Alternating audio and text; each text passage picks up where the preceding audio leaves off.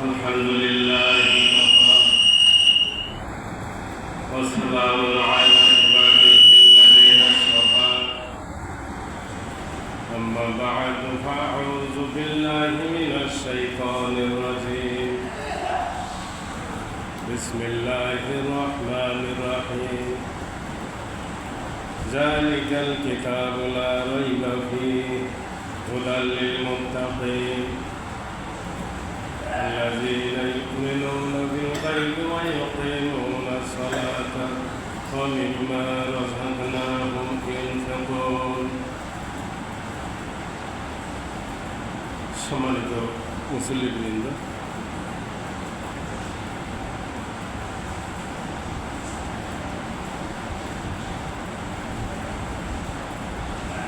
জিলহজ মাসের তৃতীয় শুক্রবার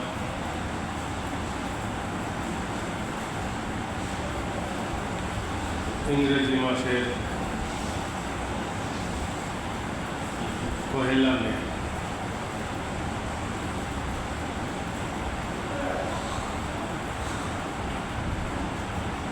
আন্তর্জাতিক শ্রম দিবস পহেলা মে।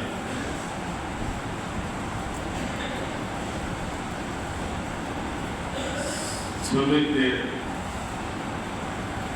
অধিকার আদায়ের জন্য আজকের দিনটি উদযাপন হবে।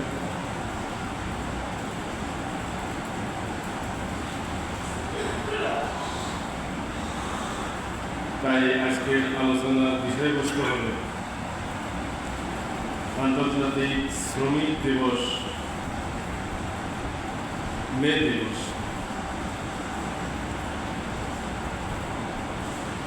এই জন্য আমি কুরআনুল কারীমের 2 নম্বর সূরা 2 নম্বর আয়াত যালিকাল কিতাবু লা রাইবা ফীহি হুদাল লিল মুত্তাকিন আল্লাযীনা ইউমিনুনা বিল গায়বি ওয়া ইউকিমুনাস সালাতা ওয়া মিম্মা রাযাকনাহুম ইউনফিকুন।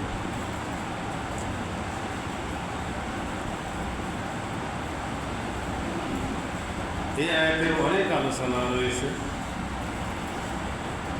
আয়াতের ব্যাখ্যা অনেক রয়েছে। তাফসীর রুহুল মায়ানিতে একজন বর্ণনা করেছেন যে একটি আয়াতে কমপক্ষে 60,000 করে ব্যাখ্যা, একটি আয়াতে কমপক্ষে 60,000 করে ব্যাখ্যা। তাহলে আরো অনেক ব্যাখ্যা আছে। আর কুরআনুল কারীম সম্পর্কে আল্লাহ রাব্বুল আলামিন বলেছেন যে এর আলোচনা শেষ করা যাবে না। কথা ঠিক কিনা? তাই জন্য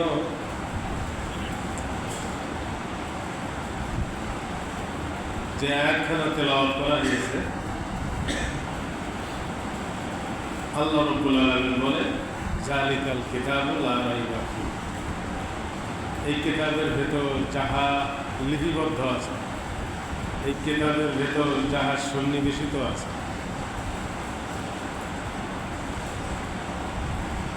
তাহা নিঃসন্দেহে সন্দেহমুক্ত, যার মধ্যে কোনো ত্রুটি বিচ্যুতি ভুল ভ্রান্তি কোনো কিছু নেই। এই কথা স্বয়ং আল্লাহ রাব্বুল আলামিন বলেছেন। আমরা সাধারণত জানি, যখন কেউ কোনো বই পুস্তক কিতাবাদি লেখেন, যে কয় পৃষ্ঠারই হোক, সেই বইখানা লিখে, কিতাবখানা লিখে ভূমিকায় লিখে দেন যে আমি যে কিতাবখানা লিখেছি, এই কিতাবখানা প্রথম সংস্করণ অথবা দ্বিতীয় সংস্করণ, এই কিতাবের ভেতর ভুল ত্রুটি থাকতে পারে, পাঠকবৃন্দ পড়ে যেখানে ভুল আছে তাহাকে সংশোধন করার জন্য শোধরানোর চেষ্টা করবেন। এবং আমাকে জানানো হবে, আমাকে জানানো দয়া করে। এইভাবে বই পুস্তকের ভূমিকার মধ্যে শুরুর দিকে থাকে, কথা ঠিক কিনা? কিন্তু আল্লাহ রাব্বুল আলামিন এই কোরআনুল কারীম লিপিবদ্ধ করেছেন, কোরআনুল কারীম নাযিল করেছেন আমাদের কাছে। এই কোরআনের মধ্যে আল্লাহ রাব্বুল আলামিন ভূমিকায় বলেছেন যে এই কিতাবের মধ্যে কোনো ভুল ত্রুটি নাই, নিঃসন্দেহে ত্রুটিমুক্ত, ত্রুটিযুক্ত নয়, কোনো ভুল ত্রুটি নেই এই কিতাবের মধ্যে। সেই কিতাব নিয়ে আমরা আলোচনা করব। সেই কিতাব যদি হয় মানব জীবনের জীবন বিধান, তাহলে দেখা যাবে যে এই যে শ্রমিক দিবস নিয়ে আলোচনা, মে দিবস নিয়ে আলোচনা, তখন আলোচনা আসতে পারে, তবে এরকম কথাবার্তা হয়তো আসবে না, যেহেতু কোরআনুল কারীম মানুষের জীবন উন্নয়নের জন্য সব রকম ব্যবস্থা করে রেখেছেন। আল্লাহ রাব্বুল আলামিন এই কোরআনের ভেতর দিয়েছেন, কথা ঠিক কিনা? সম্মানিত মুসলমান ভাই, কোরআনুল কারীম মানুষকে মানুষের হক আদায়ের জন্য ব্যবস্থা করে দেয়। এটা আল্লাহর কথা, আল্লাহর পক্ষ থেকে নির্ধারিত করা হয়েছে এবং করে দেওয়া হয়েছে।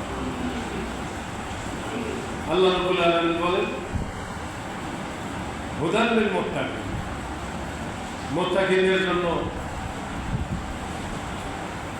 এই কিতাব, মুত্তাকিনদের জন্য এই কোরআনুল কারীম। সম্মানিত মুসলমান ভাই,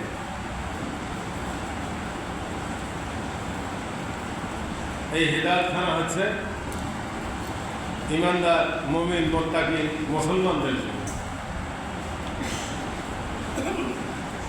কিয়ামতের ময়দানে আল্লাহ রাব্বুল আলামিন বলবেন, অনেক বান্দাকে বলবেন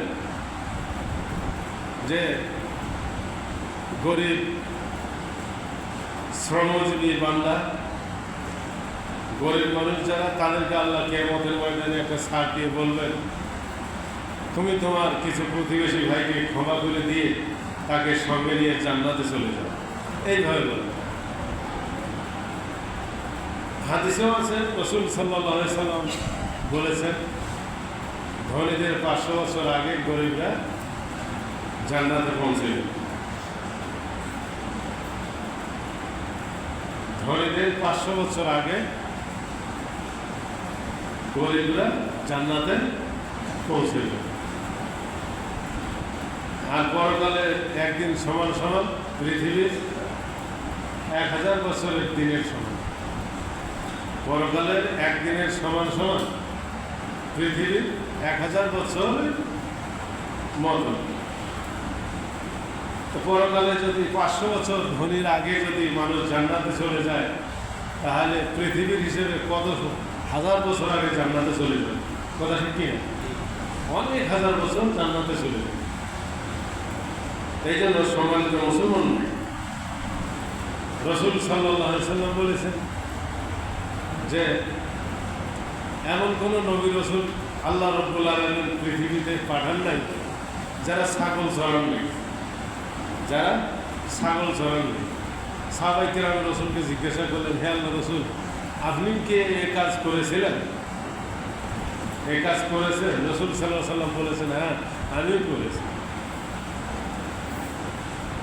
মুসা আলাইহিস সালামের শ্বশুরের নাম শুআয়ব আলাইহিস সালাম, তার এক মেয়েকে বিবাহ দিয়েছেন মুসা আলাইহিস সালামের সঙ্গে।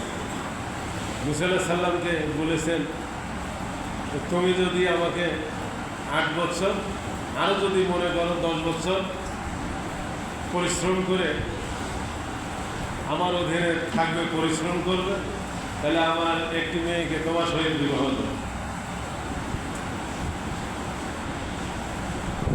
রাসূল সাল্লাল্লাহু আলাইহি সাল্লাম বলেছেন যে বনি ইসরায়েলের একজনের ভেতর একজন মানুষ কাজ করেছিলেন, সেই ব্যক্তি কাজ করে কাজ না নিয়ে সেখান থেকে চলে যায়, তার নিজের গন্তব্যস্থানে চলে যায়। অনেক দিন পর সেই লোকের কাছে এসে কাজের বিনিময়ের দাবি করলেন। সেই মানুষ ওই শ্রমিককে বললেন, তুমি যে কাজ করে তোমার পারিশ্রমিক নিয়ে যাও নাই, তোমার সেই পারিশ্রমিক দিয়ে